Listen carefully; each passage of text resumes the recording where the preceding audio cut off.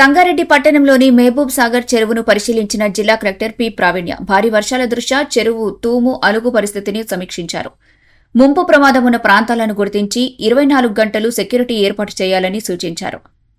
Municipal పరిధిలో control room ఏర్పాటు చేసి ఇళ్లలోకి నీరు వచ్చిందా లేదా అనే సమాచారాన్ని సకాలంలో పొందాలని అధికారులను ఆదేశించారు.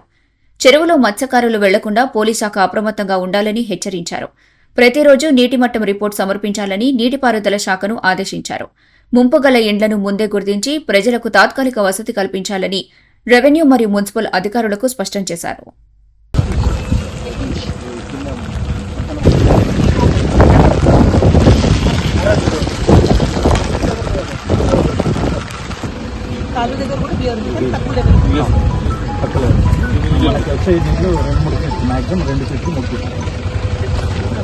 ఇప్పుడు ఆల్రెడీ ఆ కాలువ నుంచి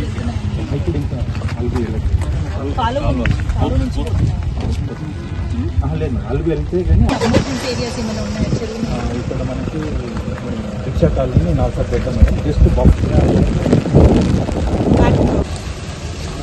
మనకి ఇక్కడ ఆపరేట్ చేస్తున్నాం.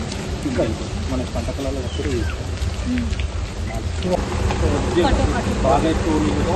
అప్పుడు బాగా ఎక్కడి నుంచి ఈ పాయింట్ నుంచి ఇంకా అక్కడ రెండు కలిపేసి దాంట్లో పోతుంది. అలుగు నుండి వచ్చే వాటర్ అక్కడ రైతులకు రిక్వైర్మెంట్ బట్టి వాడుకుంటున్నాం.